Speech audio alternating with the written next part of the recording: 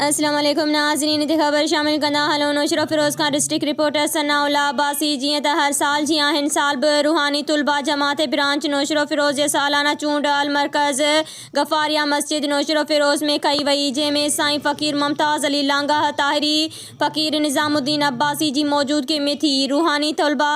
जमात ज़िले जे press secretary फ़कीर सनाउल्लाह अब्बासी जी ज़ेर निगरानी में ऐं सूबाई मुआविन आफ्ताब मुस्तफ़ा तुनियो 2023 जे हवाले सां नए साल जी सिलेक्शन कई वई, जंहिंमें हेठियां उहिदेदार चूंडिया विया। सदर अब्दुल बासित मस्तोई, सीनियर नायब सदर मुबशिर अली अब्बासी, नायब सदर शाफुद्दीन